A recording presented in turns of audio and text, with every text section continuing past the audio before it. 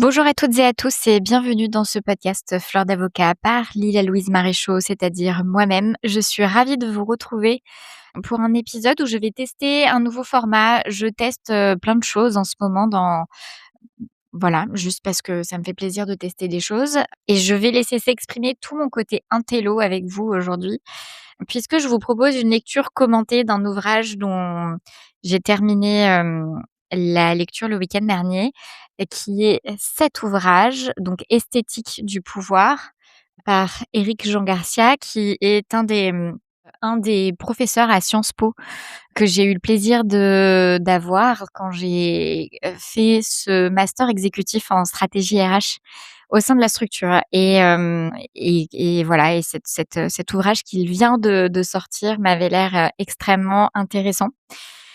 Donc je l'ai acheté et je l'ai lu et j'y ai pris beaucoup de plaisir et beaucoup d'intérêt et il y a des parties qui font enfin il y a toutes les parties ont fait écho à des choses chez moi, mais il y a notamment des parties qui font directement écho à beaucoup de préoccupations de, nos clients chez Iris Temis et je sais de managers et dirigeants en général.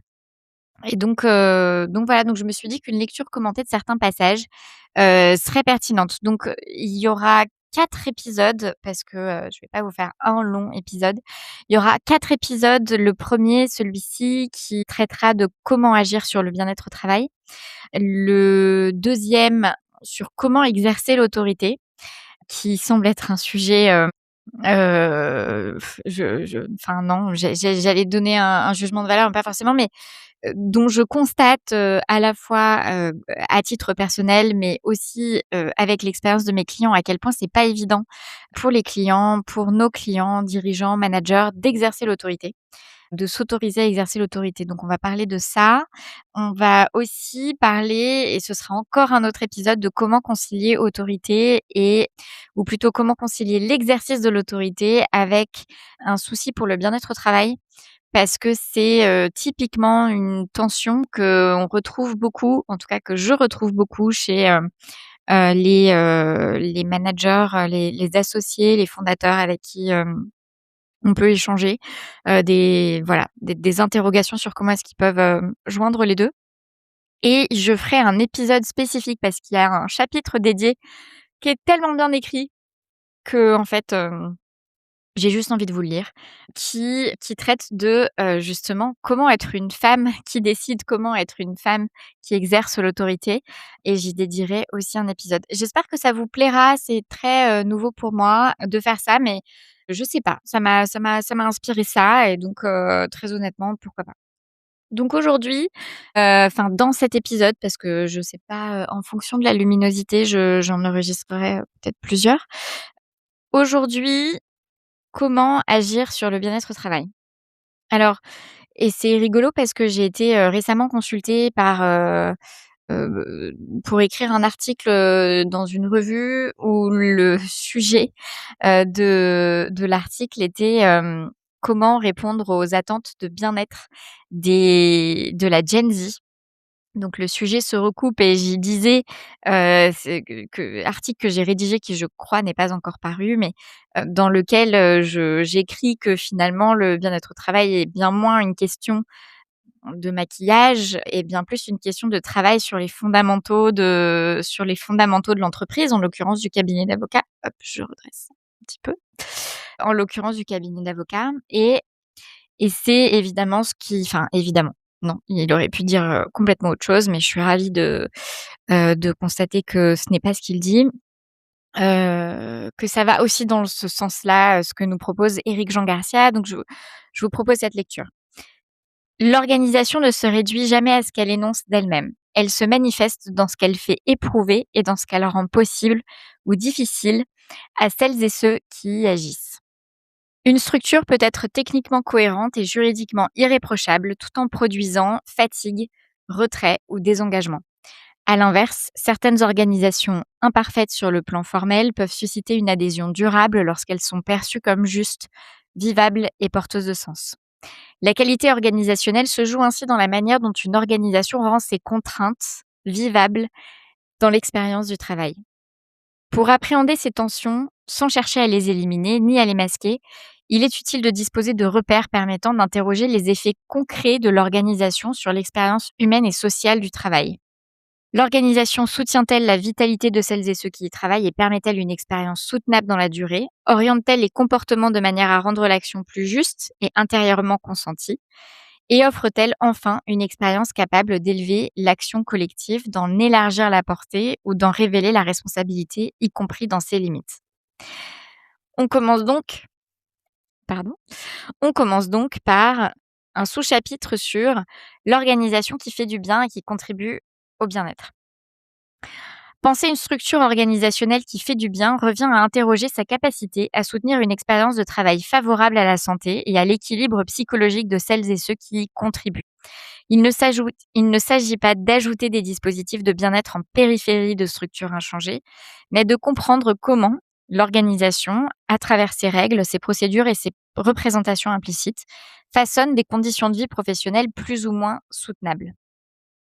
Une organisation qui fait du bien et contribue au bien-être est ainsi celle qui permet aux individus et aux collectifs d'habiter leur travail plutôt que de simplement l'occuper. Elle participe d'un soin porté à l'expérience même du travail en rendant possible une présence engagée, un rapport apaisé à l'action et une continuité entre ce que l'on fait et ce que l'on estime juste. Parmi les leviers fréquemment mobilisés pour tendre vers cet idéal, la simplicité occupe une place centrale.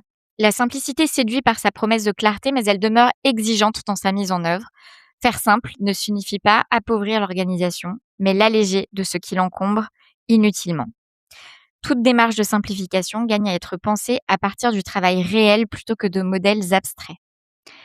Les tentatives de quantifier la motivation relèvent ainsi d'une fiction de maîtrise car elles procèdent d'un rapport vécu au travail et non de facteurs intégralement objectivables. Comme le souligne Christophe Dejour, elle naît du sens accordé à l'activité, de la reconnaissance reçue et de la possibilité de réaliser un travail jugé valable par celles et ceux qui l'accomplissent.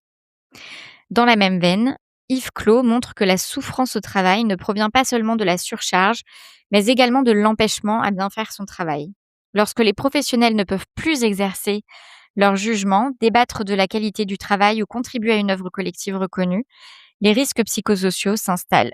Les risques psychosociaux s'installent durablement. Pour un décideur, cette perspective invite à interroger concrètement l'environnement de travail. Permet-il réellement aux individus de montrer ce dont ils sont capables? Rend-il visibles les compétences effectives? Accorde-t-il une autonomie proportionnée aux responsabilités confiées? Simplifier revient ici à redonner de l'espace à l'action et à la délibération sur le travail réel. En définitive, faire du bien par l'organisation ne consiste ni à promettre le bonheur, ni à multiplier les dispositifs périphériques. Il s'agit de concevoir des formes organisationnelles qui rendent le travail vivable, intelligible et discutable. Une organisation qui fait du bien et contribue au bien-être est celle qui ouvre des espaces d'initiative, autorise la confrontation sur le travail réel et fait confiance à la compétence des acteurs. Alors, ce qui est vraiment très intéressant dans cette partie-là, c'est cette, enfin, à mon sens en tout cas, c'est cette, logique de partir de rendre les contraintes vivables dans l'expérience de travail et je trouve ça intéressant parce que on insiste beaucoup sur les contraintes qui sont propres à la profession d'avocat, qui sont différentes en fonction de la manière qu'on exerce, des spécialités, conseils, contentieux, modalités, bon bref de plein de choses mais globalement, on insiste beaucoup sur, à quel point il y a une forme d'acceptation par défaut de la pénibilité qui vient de ce métier, qui serait intrinsèque au métier et en réalité, je partir de ce postulat, c'est presque s'empêcher de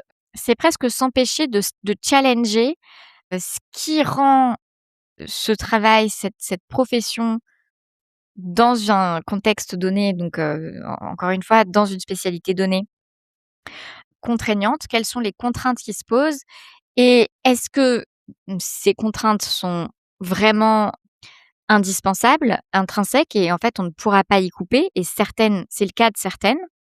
Heu, ou est-ce que finalement, une organisation différente permet soit de les absorber, soit de les alléger et de les compenser? Et évidemment, pour celles auxquelles on ne peut pas couper, comment est-ce qu'on peut y compenser? Comment est-ce qu'on peut compenser par d'autres mécanismes? Je vous donne un exemple très concret. En contentieux des assurances, on a une cliente qui, a organisé son cabinet, et on a aussi le cas avec, j'ai aussi le cas avec un client en droit social. Mais bon, concentrons-nous sur cette cliente qui a organisé son cabinet de façon à, réduire au maximum les déplacements de ses collaborateurs. Parce que contentieux des assurances, c'est une matière où tra traditionnellement, vous avez beaucoup de déplacements. Enfin, les collaborateurs sont souvent beaucoup amenés à se déplacer. Il y a les audiences, il y a les expertises. Le cumul des audiences et des expertises, concrètement, conduit à ce que, surtout si on a une clientèle qui nous envoie partout en France, qui nous confie des dossiers partout en France, conduit à, une multiplicité de déplacements et qui, sur la longueur, rend le travail est une source de pénibilité en elle-même. J'ai, par exemple, une amie proche, qui a fait alors là, c'était pas du contentieux des assurances, c'était, du contentieux de la TMP, donc de la protection sociale, tout ce qui était, accident du travail, maladie professionnelle, et elle était donc pour un cabinet à Paris, mais elle était sur les routes 3 à 4 fois par semaine. Je dis sur les routes, dans le train, enfin bref, elle était en déplacement, aux 4 coins de l'Hexagone, 3 à 4 fois par semaine, avec donc des départs très tôt le matin, beaucoup de temps passé dans le train, et puis en plus de cet agenda judiciaire, il y a évidemment toute la partie de préparation des dossiers, de travail de fond, et ça rendait son rythme, en fait extrêmement contraignant, et c'est ça qui a fini par, faire qu'elle quitte, ce cabinet et puis la profession d'avocat également d'ailleurs, derrière. Elle a rejoint, un assureur où elle est, désormais gestionnaire de sinistres, et bref, à côté de ça, cette cliente justement, elle s'est dit: «Bon, en fait, certes, c'est un métier où mes clients assureurs me confient des dossiers qui certains sont à Paris et d'autres, se plaident ailleurs, mais ce rythme, et cette contrainte n'est pas intrinsèque. Je peux travailler dessus», et donc elle a structuré globalement tout un réseau de postulants pour, limiter les déplacements seulement aux échéances où, elle tient à ce que ce soit quelqu'un du cabinet qui soit sur place. Mais sinon, elle s'appuie sur son réseau de postulants, et c'est intégré dans son business model.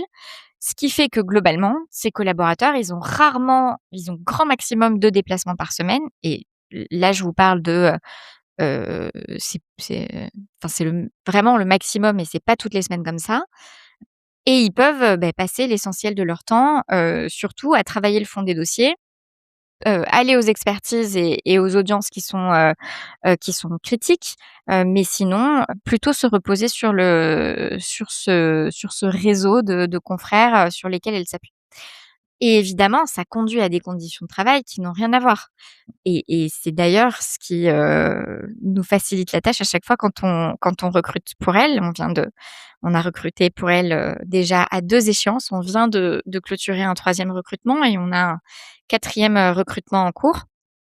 À chaque fois, on a un remplacement et une augmentation. Un remplacement et un recrutement de croissance. Voilà, c'est rigolo. Bref, aussi parce que du coup, elle anticipe les périodes de surchauffe, et elle recrute. Elle déclenche un recrutement avant, que ce soit un besoin, immédiat, urgent et réel de l'organisation.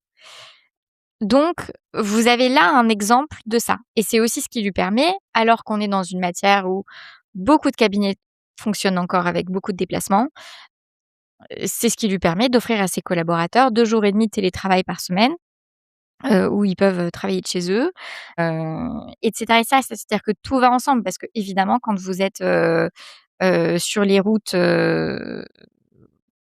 ou quelque part dans un tribunal, 3 jours par semaine, s'il y a un minimum d'attente de présence sur place, au cabinet, ça laisse peu de place, à la possibilité de faire du télétravail.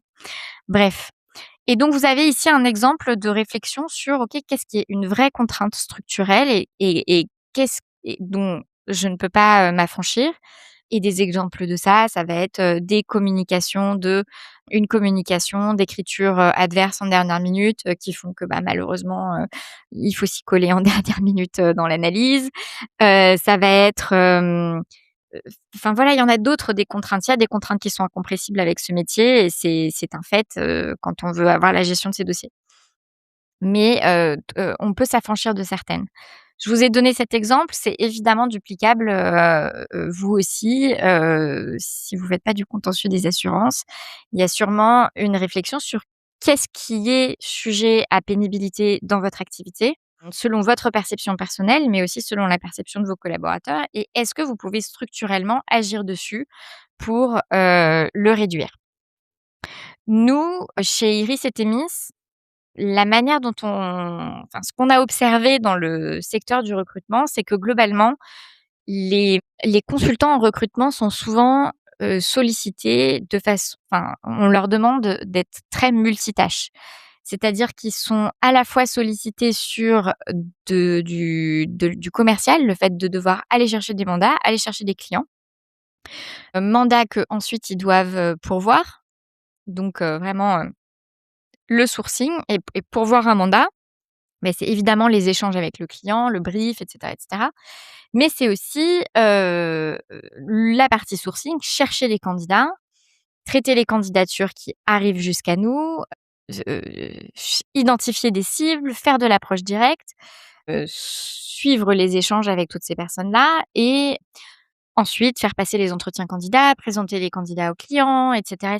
Donc il y a quelque chose on a vraiment une grande pluralité de tâches et en plus de ça, on s'est rendu compte, et ça c'est notamment en recrutant et en échangeant avec, les candidats chez nous sur leurs conditions de travail, chez les employeurs où ils étaient, avant de nous rejoindre, qu'à ça, vous avez en plus des cabinets qui, on va dire, imposent des démarches, on va dire de manière un petit peu automatique. C'est-à-dire qu'il faut avoir échangé avec X candidats par semaine, il faut avoir, envoyé, tant d'emails à tant de prospects, quelque chose de très on coche, des cases et voilà, on coche des cases, c'est déclaratif et voilà.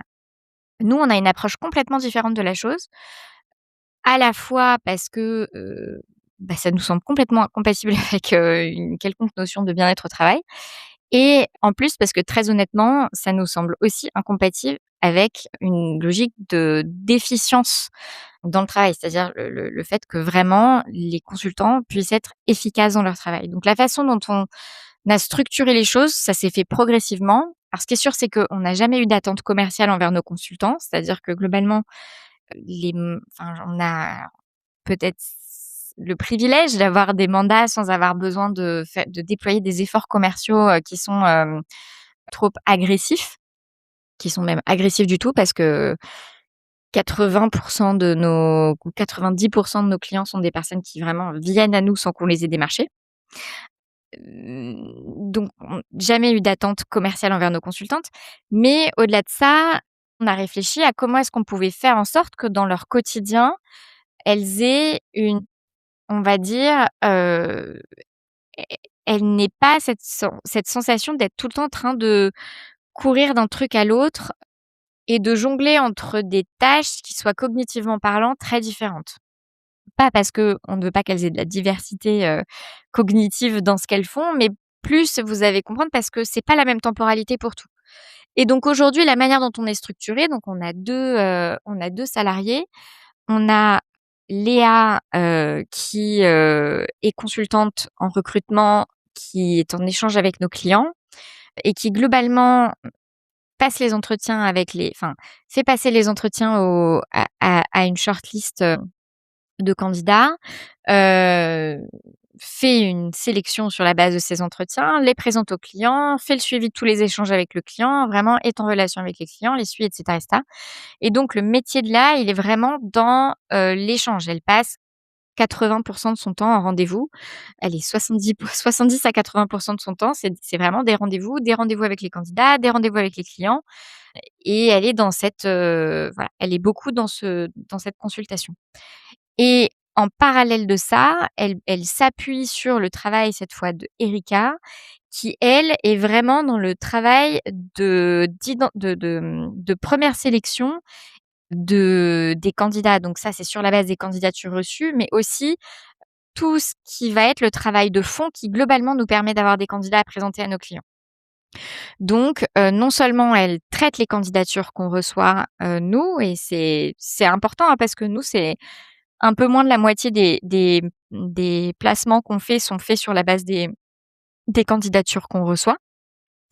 Mais c'est aussi elle qui retourne un marché pour identifier les cibles que nous allons approcher pour leur proposer des opportunités, qui les approche, qui suit les échanges, jusqu'à avoir des personnes qui nous indiquent être intéressées par une opportunité et à organiser un entretien entre ces personnes et Léa qui, à ce moment-là, prend le relais. Et donc on a Erika qui est très focus sur ce qu'on appelle du deep work, dans le sens où ses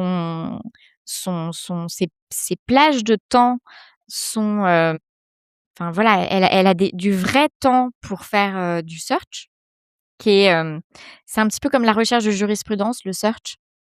C'est un travail de fourmi. On peut pas enfin, c'est vraiment passer beaucoup de temps à éplucher des profils sur les différentes bases de données, que ce soit LinkedIn, mais aussi d'autres bases de données auxquelles on peut avoir accès, et qui sont pas forcément d'ailleurs forcément des bases de données. Ça peut être tout simplement, éplucher Google à la recherche, de certains profils et ce travail, qui demande du temps, le réaliser de manière efficace entre 2 rendez-vous, en fait, c'est très compliqué. Donc on se retrouvait avant d'adopter cette organisation, on se retrouvait avec des consultantes qui avaient du mal à jongler entre, ben oui, il faut que je fasse du search, et que je passe, à un moment que j'arrive à dégager 3 heures pour me plonger dans le truc, me sortir une liste de personnes à approcher et le faire. Mais en fait, j'ai toujours un entretien qui se cale, un truc, un machin et donc il y avait une vraie difficulté à avoir un agenda qui ressemble à quelque chose et qui permette de tout caler. Alors que là, finalement, c'est très rangé. On a une personne qui a vraiment ce rôle de retourner les marchés et d'aller chercher les pépites, pour nos clients et qui organise les échanges avec, Léa et puis ensuite Léa prend le relais et échange avec les candidats, échange avec les clients et fait tout ce suivi à partir de ce moment-là. Mais donc Léa, elle a moins besoin d'avoir des plages de deep work. Elle a plus besoin d'avoir surtout, beaucoup de disponibilité dans son agenda pour pouvoir très rapidement avoir un candidat au téléphone ou en visio, quand on a une manifestation d'intérêt par un candidat. Parce que les candidats, surtout dans les matières en tension, ils sont rarement, longtemps sur le marché. Donc elle a besoin de pouvoir avoir rapidement des plages de temps disponibles dans son agenda et pareil pour les clients.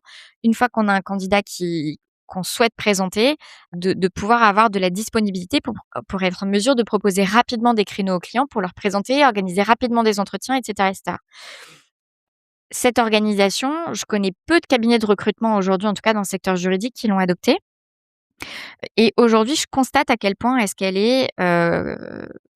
qu'elle contribue, heu, à ce que chacune, de nos salariés puisse se concentrer sur sa valeur ajoutée et avoir des modalités de travail qui à la fois leur permettent de bien faire leur métier par rapport à nos clients, mais en plus de bien le faire par rapport à elles-mêmes et évidemment, nous, ce qu'on doit monitorer dans tout ça, bah, c'est leur charge de travail, la quantité de process qu'elles ont en cours, la réalisation, la capacité de réalisation. Est-ce que c'est réalisable ce qu'elles doivent faire par rapport au temps disponible et cetera. Donc évidemment, c'est des choses qu'on monitore, mais ça va être ça leur principale pénibilité au travail, ça va être plus la question de la charge globale et donc du temps et donc c'est ce qu'on monitore le plus. Voilà, donc je vous ç ça c'est sûr, on va dire, comment est-ce que l'organisation rend les contraintes vivables dans l'expérience du travail? 2 exemples, on va dire, de travail sur la structuration même de l'organisation pour atténuer, voire éliminer des contraintes qui pourraient être pensées comme étant inhérentes au métier. On a aussi travaillé et je vous invite également à le faire sur toute cette logique de, justement, simplification, c'est-à-dire comment est-ce qu'on peut simplifier nos process? simplifier nos process, ça j'en ai déjà parlé dans d'autres épisodes, mais ça ne serait-ce que à justifier ou à nécessiter qu'on pose nos process et qu'en les posant, on s'interroge sur: est-ce qu'on pourrait faire la même chose avec soit moins d'étapes, soit des étapes qui sont configurées de façon à ce qu'elles soient plus fluides et plus adaptées à la personne qui réalise ces étapes et donc ça, c'est pareil, c'est vraiment un travail que je vous encourage à faire. Je trouve que c'est très intéressant, c'est un travail de conception, c'est vraiment du design et ça part enfin, c'est très bête, hein, mais nous, ça peut être des moments où on dit: «Bah, montre-moi comment tu fais quand tu fais ça» et de juste de voir comment elles naviguent sur l'ordinateur, où est-ce qu'elles vont, les dossiers et cetera et de se dire: «Ah OK, là, il y a peut-être une étape. Là, on fait ça à partir de tel logiciel, alors que peut-être qu'on devrait le faire à partir de tel autre logiciel». Parce que, enfin voilà, par exemple, là, on part du logiciel alors que finalement, les modèles, plutôt que d'être dans le logiciel, ce serait intéressant qu'ils soient, rentrés dans la boîte mail et c'est vraiment de l'observation à partir de l'usage même de la personne qui fait l'action et c'est là qu'on rentre justement, stricto sensu dans le rapport au travail, le rapport vécu au travail. C'est quoi leur expérience du travail à elles au quotidien, de façon très concrète et réelle. On a aussi donc, qui impacte le sens accordé à l'activité, la reconnaissance reçue, la possibilité de réaliser un travail jugé valable et voilà, donc la reconnaissance reçue, je ne saurais jamais assez vous dire à quel point dire merci aux gens, merci et bravo et reconnaître, reconnaître, les résultats qu'ils apportent et quand il y a pas de résultat, mais qu'il y a des efforts, le reconnaître aussi, dire merci pour le travail et cetera, c'est important. Le sens accordé à l'activité et ça, voilà, nous, par exemple, c'est vrai qu'on insiste beaucoup sur, cette logique de recherche oui, évidemment, on est là pour être une entreprise qui gagne de l'argent et qui est rentable et cetera, mais enfin, je veux dire, on est aussi là pour créer la bonne rencontre, permettre à un recruteur, à un fondateur, à un associé d'enrichir son équipe avec une personne avec qui il va pouvoir travailler agréablement et efficacement, qui va le soulager opérationnellement dans son quotidien et pour la personne qu'on place, de lui offrir l'opportunité d'une collaboration ou d'une association dans laquelle elle va, enfin qui va lui permettre de se développer par rapport à son projet de vie et à son projet professionnel. Donc ça, c'est en tout cas le sens qu'on donne, à notre activité et on essaye de le faire avec, voilà et c'est vrai que ça, évidemment ça parle à nos consultantes qui, ont pas l'impression, par la manière dont on a conçu le travail au global, qu'elles sont juste là pour cocher des KPIs, et parce que, en fait, voilà, il faut avoir envoyé tel type d'email, au moins 15 fois dans la semaine, il faut avoir échangé avec tel type de personne au moins X fois et cetera.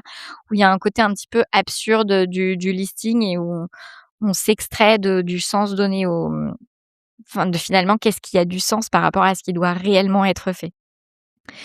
Et aussi, enfin et ça c'est vraiment sous-coté, la souffrance au travail ne provient pas seulement de la surcharge, mais également de l'empêchement à bien faire son travail.